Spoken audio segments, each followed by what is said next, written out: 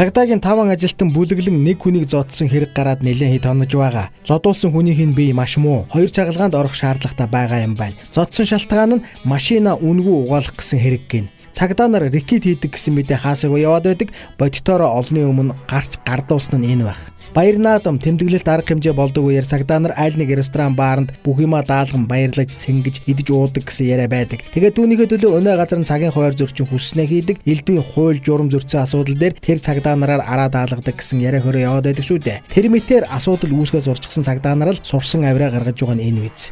Улаан цайм хүн зодож байхад хээвнэг инээ далдаад хараа зогсож байгаа тэр цагдаа хувцастай залууг харахад бүр нэг сурчсан шинжтэй. Өнөө зодож байгаа залуун ч гэсэн цагдаа гэсэн. Унчаад байгаа хүнийг дээрээс нь дэвсэж өшөглөж байгаа. Тэр цагдаагийн мэхэр хоёул гуруулаа нээлж гар хөлийг нь мушгиж байгаа нэтэрэн бол арайлдын дүү эзэрхий дээрлэхүү харагдаад байгаа юм. Ер нь энэ мэт асуудлаа зэгцэлж маш хатуу арга хэмжээ авдаг болохгүй юм бол цагдаа иргэдийн хооронд харьцаа маш эвгүй тал руугаа эрэхтэрэ тулаад байгаа. Иймэрхүү үйлдэлээс болж бүх цагдаагийн байгууллагын нэр хүн шалдаа оноод байгаа юм. Цагдаагийн тангараг гэж нэг юм байдаг гэсэн давууг нь тэр ч одоо зүгээр л хог болчтой хөөрхий.